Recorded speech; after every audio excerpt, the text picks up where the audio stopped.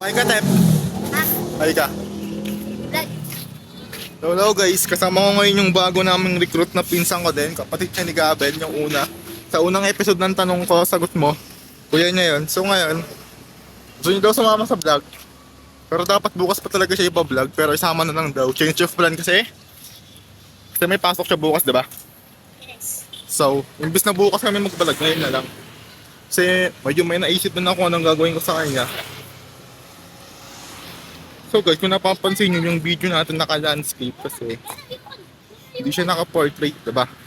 Naka-landscape siya. So ang tanong, bakit siya naka-landscape? Kasi bukas pa kami mag-video. Bukas ko pa ipapost yung video, diba? Yes. Kasi nga, hindi siya makakasama bukas. So ngayon na lang kami mag-shooting pero bukas ko i-upload. Nandito kami sa Pag-asa, naglalakad kaming dalawa lang. So yun muna, bye-bye!